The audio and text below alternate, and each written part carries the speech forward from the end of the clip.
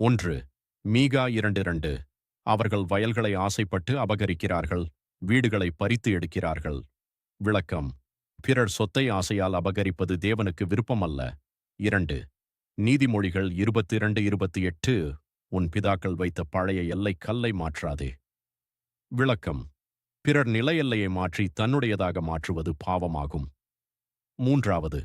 நீதிமொழிகள் 23:10 முதல் 11 வரை. பழைய எல்லை கல்லை மாற்றாதே. தந்தை இல்லாதவர்களின் வயலில் நுழையாதே, அவர்களின் மீட்பவர் வல்லவர். விளக்கம்: பலவீனமானவர்களின் சொத்தை அபகரிப்பது தேவனுடைய தீர்ப்பை வரவழைக்கும். 4. உபாகமம் 19:14. உன் அயலானின் எல்லை கல்லை மாற்றாதே. விளக்கம்: அயலானின் நில உரிமையை மதிக்க வேண்டும். 5. ஏசாயா 5:8. வீடு மீது வீடு சேர்த்து, வயல் மீது வயல் சேர்த்துக் கொண்டிருக்கிறவர்களுக்கு ஐயோ. விளக்கம்: பேராசையால் பிறர் நிலத்தை சேர்த்துக் கொள்வது தேவனுக்கு பிடிக்காது. 6. லேவியராகமம் 25:23. நிலம் என்றுமே விற்கப்படக்கூடாது, அது என்னுடையது என்று கர்த்தர் சொல்கிறார்.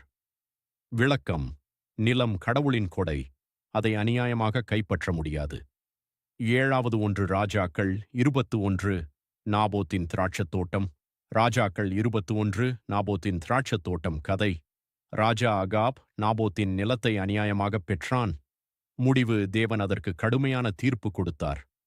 சுருக்கம்: பிறர் நிலத்தை அபகரிப்பது பாவம், எல்லைகளை மாற்றுவது அநியாயம். தேவன் நீதியுள்ளவர். இப்படிப்பட்ட செயல்களுக்கு தீர்ப்பு உண்டு.